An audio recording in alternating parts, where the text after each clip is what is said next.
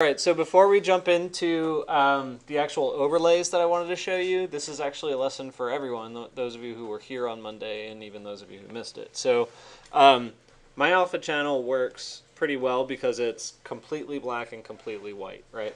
But what happens if you have an alpha channel that really isn't? So let's take the bad alpha, something like that, okay? What's going to happen here, because it's based off of the grayscale that's going to determine whether or not it actually pulls the content out or removes the content, you're going to see that it's not really going to do its job properly. Okay, so that's what you wind up with. So because it's gray and it's not white, that means that only half of the material is there, or in terms of opacity, only half of it. So what you need to do is go back to this layer mask, and let's say, I mean, the only reason I'm showing you this is because sometimes you just need to, you know, cut bait and get it out into Photoshop and start post-producing it, even though it's not totally done.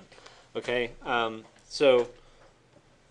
anyway, so what I want you to do for these is you can color, or not color correct it, you can change the levels of contrast between black and white.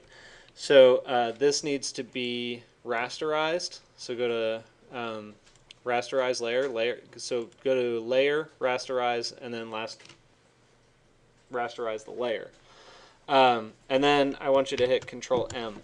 So Control M, sometimes it's a bit of a fussy little balancing act, but really if you increase the curve here, it's going to make everything lighter.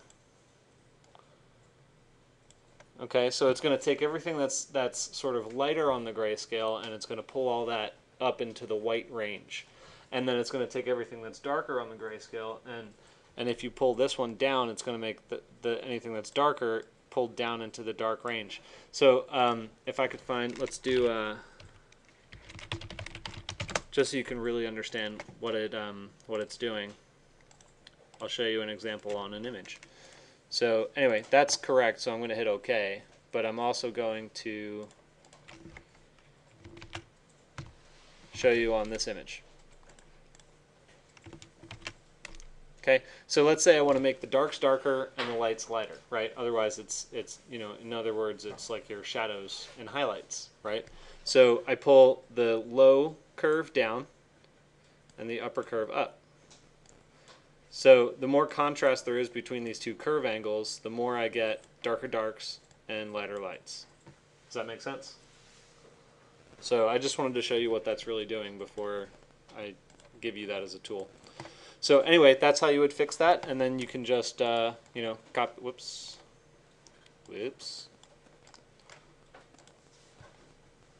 I don't know how to dock this again.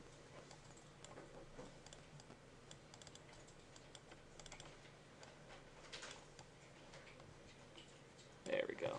All right. Then you can copy and paste. Oh, whoops.